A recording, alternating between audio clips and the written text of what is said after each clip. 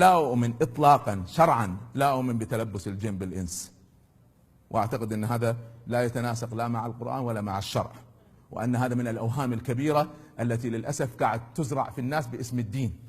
والله سبحانه وتعالى يقول إنه ليس له سلطان لا على مؤمن ولا على كافر. يقول الله عز وجل عن المؤمنين إنه ليس له سلطان على الذين آمنوا وعلى ربهم يتوكلون. وبالنسبة للكافرين يقول إبليس لأهل النار بعد أن قضي الأمر: وما كان لي عليكم من سلطان إلا أن دعوتكم فاستجبتم لي. ما يملك إلا الوسوسة. يعني مرة واحد من الشباب كذا وضعه ملخبط، وأنا أفهم في المسائل، قال: دكتور والله أنا يعني حالتي حالة ووضعي كله ومشاكلي كثيرة. قلت له: إيش تحليلك؟ إيش تتوقع؟ قال: والله أتوقع راكبني جني. إيش أعمل يا دكتور؟ قلت له: اركبه. ليش يركبك؟ مين الأقوى، الإنس ولا الجن؟ إن كيد الشيطان كان ضعيفا، بينما بالنسبة للبشر وإن كاد كيدهم لتزول منه الجبال. إنسان قوي عندما يستجيب للشيطان يستجيب بإرادته وليس لأنه سيطر عليه. يقول الرسول صلى الله عليه وآله وسلم: رفع القلم عن ثلاث: الصبي حتى يبلغ، والمجنون حتى يفيق، والنائم حتى يستيقظ. ما قال والرابعة لبسه جني إلى أن يطلع منه. هذا وما في ولا حديث صحيح في تلبس الجن بالإنس، ما في ولا واحد. فأرجوكم والله الجن بريء، يعني اللي فشل هو فشل مش الجن اللي فشل. طبعا بعض الناس يعتذروا بالسحر، عملوا لي سحر. جاني واحد من الشباب مرة، هذه شباب تسيطر عليهم أفكار مثل هذه، طبعا سينهاروا لن ينجحوا. جاني واحد من الشباب قال: دكتور صار لي 17 سنة مسحور. صار لك 17 سنة فاشل مش مسحور. ما في شيء اسمه سحر يستمر 17 سنة، ما في، هذا انسوا، هذا لعب، ولا أيام حتى. السحر لا يؤثر في الإنسان أصلا، السحر لا يغير شيء في الإنسان. على مذهب الإمام أبو حنيفة في العقيدة السحر ليس له حقيقة، هذا مذهب أبو حنيفة النعمان. ويستشهد بقوله تعالى: فسحروا أعين الناس. ما سحروا الناس، يسحر ما تتخيلونه، ما يسحرك أنت. وقول الله سبحانه وتعالى: فخيل إليه من سحرهم أنها تسعى. أو سحرة فرعون اللي هم أعظم سحرة في التاريخ، ما استطاعوا إلا أن يجعلوا خيالا ويسحروا أعين الناس. تلقى واحدة مسحورة 5 أيام. إيش اللعب هذا؟ الله يخليكم، خلونا نصحى. طبعا إذا ما نفع لا هذا ولا هذا، العين والعين حق،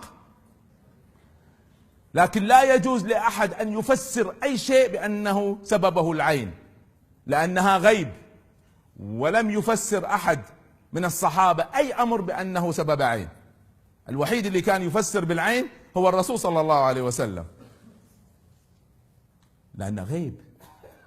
فلما واحدة تتكرر عليها الأمراض ويأتي التفسير أصابها عين، من قال؟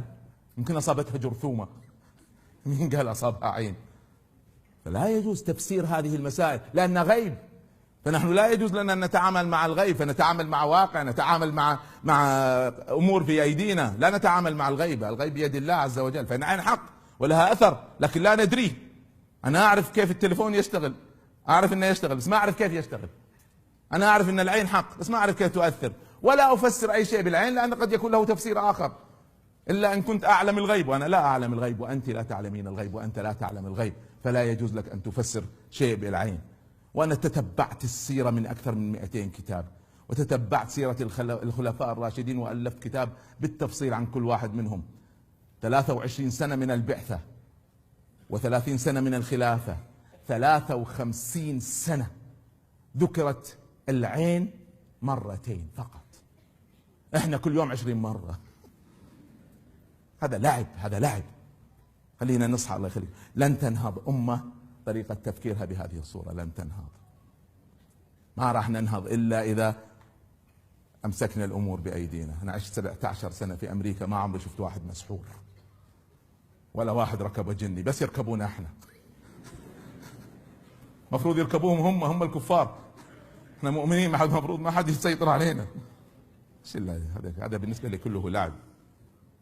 وطبعا اللعب الأكبر بالأحلام وتفسير الأحلام. أنا ما عندي شيء اسمه تفسير أحلام، أعتقد هذا كله لعب أيضا.